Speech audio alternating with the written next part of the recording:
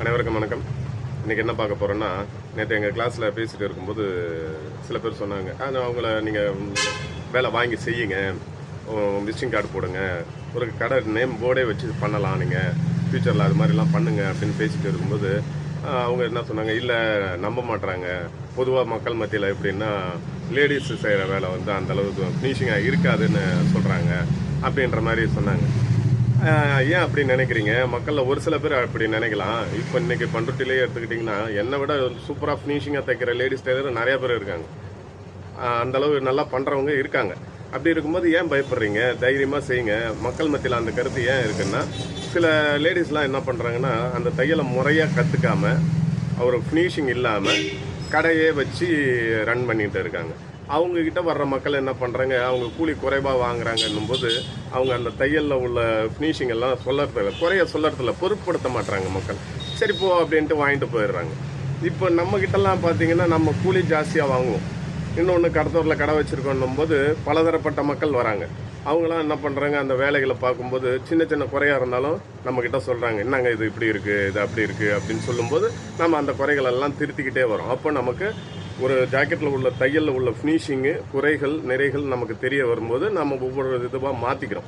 இது லேடிஸ் பண்ணும்போது என்ன பண்ணுறாங்கன்னா, அந்த மக்கள் அந்த குறைகளை லேடிஸ் கிட்ட சொல்ல மாட்டாங்க. அதனால் அவங்க அதை திருத்திக்கிறதுக்கான வாய்ப்பே இல்லாமல் போயிடும். அதனால தான் அந்த தையலில் உள்ள ஃபினிஷிங்கெல்லாம் நாங்கள் முறையாக கற்றுக் கொடுத்துக்கிட்டு இருக்கோம்.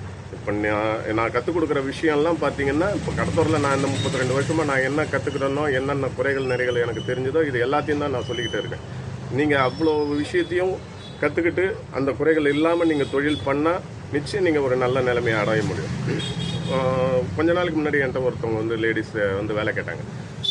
நீங்கள் தைச்சதை கொடுங்க பார்ப்போம் அப்படின்னு சொல்லும்போது, அவங்க தைச்சதை பார்த்தா சில ஃபினிஷிங்லாம் நல்லா இல்லை. இல்லைங்க, நான் கடத்தூரில் உட்காந்து இப்படிலாம் நான் தைச்சி கொடுக்க முடியாது, மக்கள் திட்டுவாங்க, நீங்கள் இன்னும் நல்லா தையலை திருத்திக்கிட்டு செய்யுங்க அப்படின்னு சொன்னேன். ஒரு 3 மாதம் கழிச்சு திரும்ப வந்து வேலை கேட்டாங்க.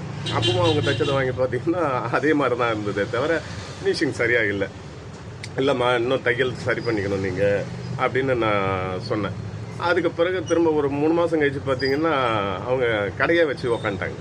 ஒரு மிஷினை போட்டுன்னு கடை நேம் போர்டு போட்டு தைச்சிக்கின்னு இருக்காங்க. பார்த்தா அவங்க தையலை திருத்திக்கலாம் இல்லை, அவங்க கடை வச்சுட்டாங்க. அப்படி இருக்கும்போது அவங்க தையலை திருத்திக்கணும்னு நினைக்காமலே அவங்க அந்த தொழில் கடை வச்சு நடத்த ஆரம்பிச்சிட்டாங்க. இதனால தான் மக்கள் மத்தியில் லேடிஸ் தைச்சா சரியான ஃபினிஷிங் இல்லை அப்படின்ற கட்டப்பேர் இருக்குது. இன்றைக்கி கடத்தூரில் நிறைய பேர் என்னை விட நல்லா சூப்பராக தைக்கிற டெய்லர் கடைங்க, லேடிஸ் டெய்லர் கடைங்க நிறைய பேர் இருக்காங்க, தெரியுங்களா? அதனால் நீங்களும் உங்களாலேயும் முடியுன்ற நம்பிக்கையோடு நீங்கள் வேலையை வாங்கி செய்யுங்க. மக்கள் நிச்சயம் உங்களை நம்புவாங்க. உங்களோட அணுகுமுறை முக்கியம். ஏன்னா வேலையை விட நம்ம எப்படி அவங்கக்கிட்ட பேசுகிறோம், வேலையை எப்படி வாங்கி கொடுக்குறோம், நம்ம சர்வீஸ்னு ஒன்று இருக்குது இல்லைங்களா, அது வந்து மக்கள் நிறைய பேர் பார்ப்பாங்க. அதெல்லாம் நீங்கள் நல்லபடியாக பண்ணிங்கன்னா நிச்சயம் உங்களுக்கு வேலை வாய்ப்புகள் பெருகும். சரிங்களா? ஓகே, நன்றி, வணக்கம்.